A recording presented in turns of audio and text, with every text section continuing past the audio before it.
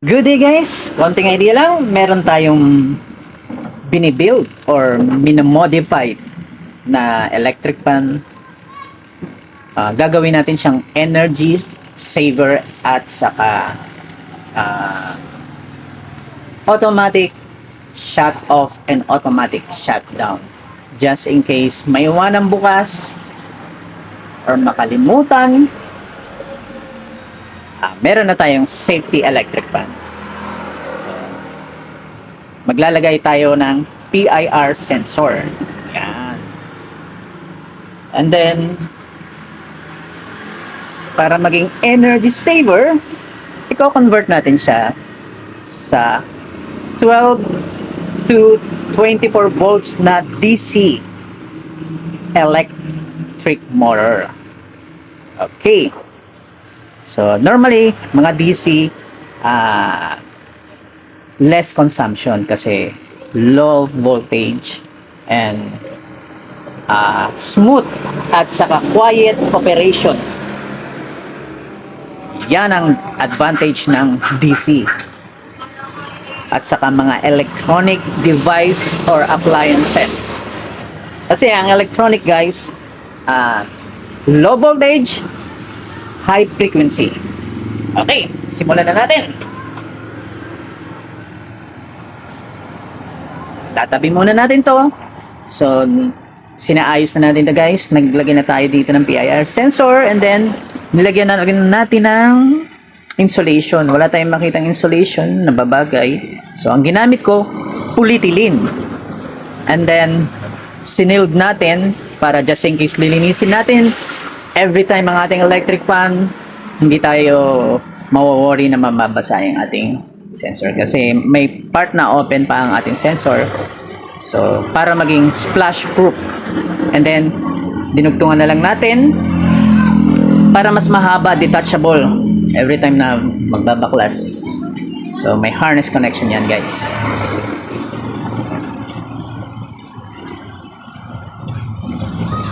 Okay, ito na yung ating control. Yung tinatawag na accelerator control. Okay, na-convert na natin siya. So, ito kinabit lang natin para walang butas. So, personal, ako naman ang gagamit, kaya okay lang. So, pero dito na tayo magko-control. Ito, disable na to. Okay, kukunin ko lang yung power supply. Ayos yung kata guys. So ito pala, tinanggal na natin yung dating coil winding nito at saka yung stator at saka yung rotor. Ang natira na lang yung end plate ng electric fan. Dulo-dulo. Isang back at saka isang front. And then, tinanggal natin yung bushing para makapasok maigi ang ating DC motor. Yan. Tapos, yung gagamitin nating screw, dapat mas mahaba na hindi na natin magagamit yung dati niyang screw, mas maiksi. So, ito na yung gagamitin natin. Kung bibili kayo, habaan nyo ng extra para ma-reach niya yung tamang sukat. So, check natin ang mga dapat. Kukunin lang natin yung power supply guys. Okay, ito ang power supply niya. Okay, 1 ampere, 19.5 volts. So, almost 20 volts. Ayan, biniyak na natin to guys. So, kaya natin biniyak kasi i-weld na lang natin ang power supply dito. And then, ito yung output niya na 19 voltage or 19.5 voltage na magsusupply sa ating motor. Ngayon, at saka isa rin kung bakit ko siya tinanggal para ma-attach ko sa likod ang ating power supply. Ayan, mas maganda kaysa yung nakalawit pa tong box na to. So, at least para na siyang naka-build back, hindi na built in, build back. Okay. Ayan. Okay na guys. naipat na natin ang mga wiring. So ito para to dun sa motor. Itatap natin ito. Kaya ito yung power supply na attach na rin natin guys. So tinanggalan natin yung pinaka connector. So hininang na lang natin, lalagyan na lang natin ng electrical tape. And ito naka-detach na. Naka-attach na dito sa likod ng ating electric fan. Maglalagay lang tayo ng insulation. Ayan, pwedeng electrical tape para hindi pupuntak sa aluminum ng ating power supply.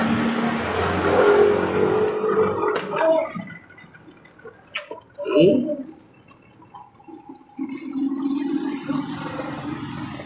Right. So ito yung output ng power supply.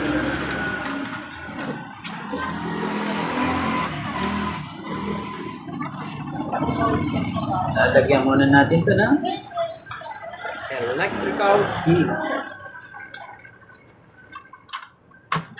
Mas maganda guys kung makakabili na mas maliit na power supply na magkakasya sa loob. So ito kasi mas malaki, 19 volts. Mas efficient para sa motor. Pag 12 volts kasi, lalo kung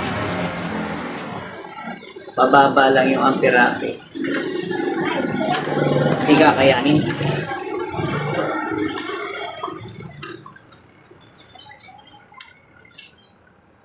Okay. Ayan siya. I-weld na lang natin ito mamaya. Balutan ko muna guys ng mga electrical tape ang mga connection. Ayan guys, na-attach na natin ang power supply niya dito sa likod. Hindi siya built-in, kundi built-back o sa likod. So ngayon, itatap na natin sa ating motor control or yung tinatawag na PWM or Pulse Width Modulator. Ito yun. Ina-accelerate niya yung speed. Ayan. So ito, nilagyan natin ng glue stick kasi medyo gumagalaw-galaw every time na tina-turn off or ina-activate natin yung knob. So para intact, nilagyan ko ng glue stick. Pero depende po yan. Kung mas flat surface naman yung paglalagyan, mas intact yun kasi may lock naman po sa loob yan. Okay? I-connect lang natin guys. Tapos mamaya may papakita akong diagram. Kasi ngayon medyo mahirap siyang sundan eh. At saka nakakahilo. Okay guys. Okay guys. Na-connect na natin yung control. Ayan. Susunod na natin yung motor. Tapos, ito pala yung diagram niya, guys. Ayan. Ito yung ating PWM o yung tinatawag na motor control. Ito yung ating power supply. Ito yung DC motor natin. Ito yung PIR sensor. O yung tinatawag na passive infrared. Okay, ito yung example wiring niya, connection, harness connection. So normally may nabibiling PIR sensor, maiksi lang yung wire eh. So may connector siya katulad niyan, detachable. So pwede na lang po natin dugtungan para mas humaba, depende sa requirements. So wag lang yung sobrang haba kasi tataas ang resistance pag puro dugtong.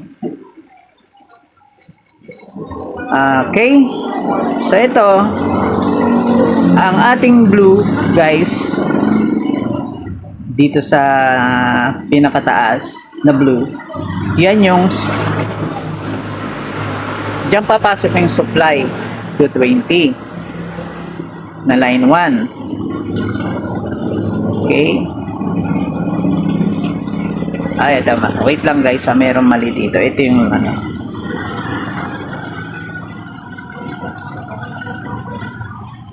Iko-correct ko lang to guys.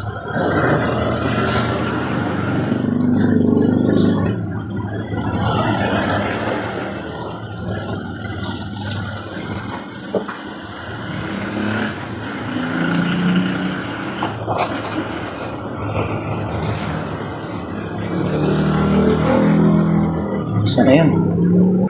Okay guys, ito. So ito yung blue at saka brown. Yan yung input papasok na 220. Ayan. And then ito yung magiging source. Isang blue and then yung yellow.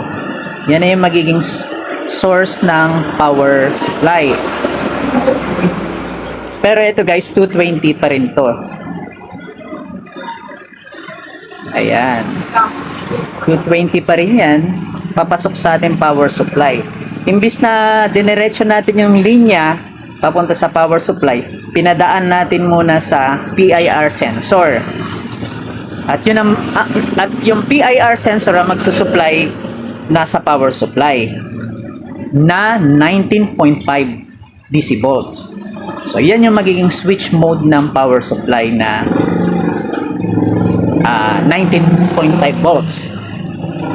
Okay? And then, tatakbo na siya sa motor control, yung power supply normally. May mga guideline naman siya. Ayan. And then, yung linya ng motor, drive motor, itatap natin dun sa motor control. May mga guideline, positive to positive, negative to negative. So DC siya. So dito, pag bili nyo naman ng PIR sensor, may diagram din yan. So yung kabuuan lang, ito kung paano siya pinagsama. Okay guys, kung may tanong pa regarding sa wiring diagram, mag-comment na lang. I-assemble lang muna natin. Okay guys, nahinang na natin. Kakabit na natin sa end plate. Yan. Lalagyan na natin ng electrical tape para hindi dumikit sa plate. Hindi mag-cause ng ground. Okay.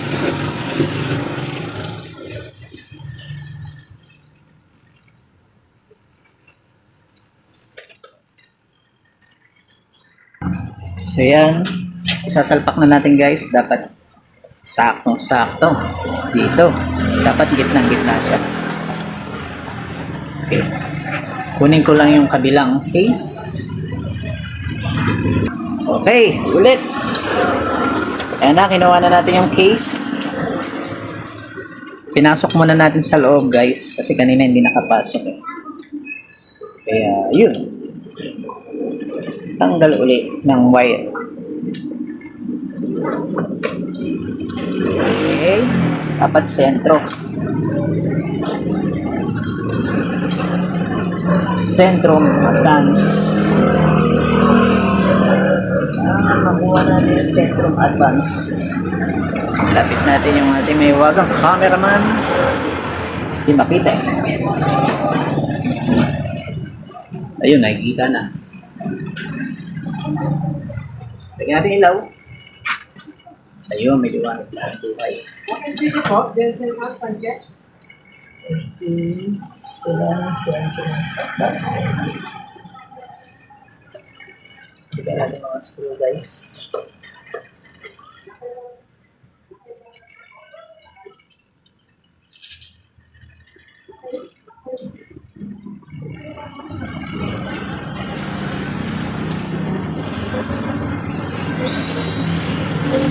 Mga screw.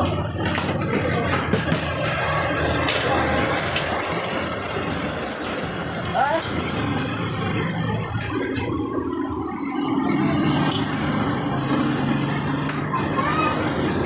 Ang alignment.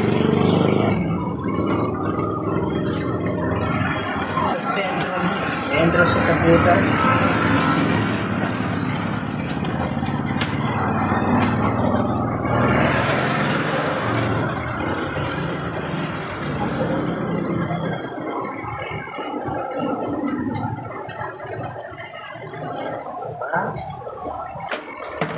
Ada ka mas.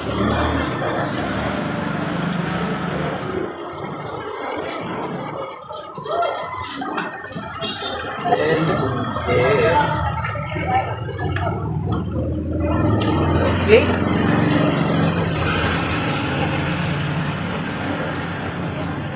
Yun, sentro. Tingnan lang natin. Tama-tama lang ang paghihigpit. Hindi pwede. Masyadong mahigpit.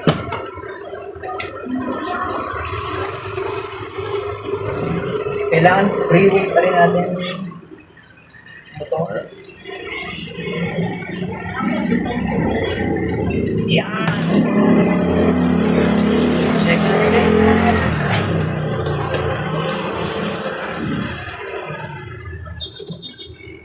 Okay, check ko muna. Okay. Lagyan natin ng adhesive para magsisilbing tire lock niya.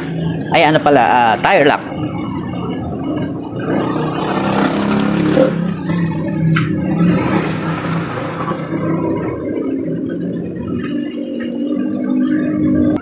Okay, sasarado muna natin.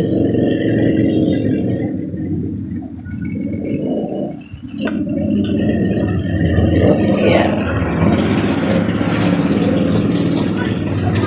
Kapit muna natin to.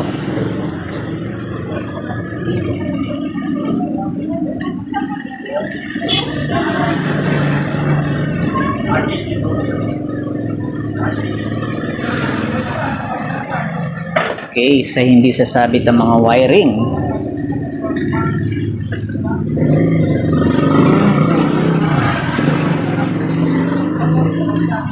Kuha muna tayo ng pantalik. Okay guys, ito po. Ayos na siya. Testingin na lang natin. Tapos, ikakabit ko na lang po sa stand. And good day guys, ito na pala yung ating DIY or minodified na electric pan energy saver at saka with sensor. So yan, ito na yung likod niya. May kinatlan tayo dito guys kasi masyado nang humaba yung kanyang clearance. Kaya masyadong bumabangga itong ating swing pedal niya, kaya nag-adjust tayo.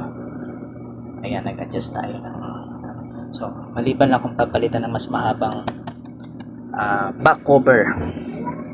So yan, power supply niya. Ayan guys, ayan. So yan, ngayon papaanda rin natin. Ito na yung control niya. Wala na to, disable na to guys. Ayan, steady lang muna natin. So yan, malakas na. Parang number 1 na to. 12 watts lang. So dati kasi mga nasa 100 or 80 watts to eh. Ang electric fan na to. Okay, ayos. Ngayon, tetestingin naman natin kung magsha-shutdown pag walang madetect na tao ang electric pan na to. Just in case may iwanan na bukas. Okay? Steady lang. I-clip ko lang tong cellphone. Okay. Alis muna ako.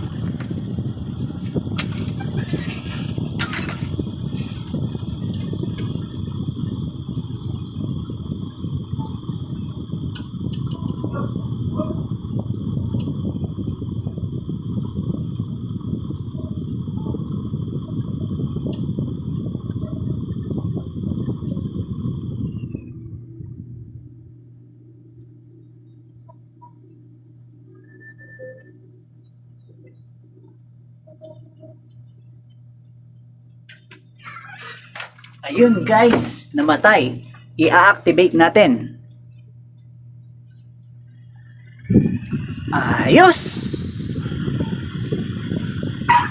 Safety guys.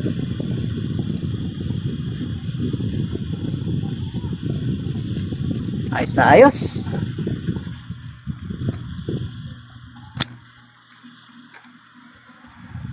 Ayan. Just in case lilinisin, madaling tanggalin. Naka-harness lang. So, mapaghihiwalay na yung frame. Kasi naka-harness na siya guys. Ayos na ayos. Energy saver na. Meron pang sensor. Safety mode. Okay guys, let's do this!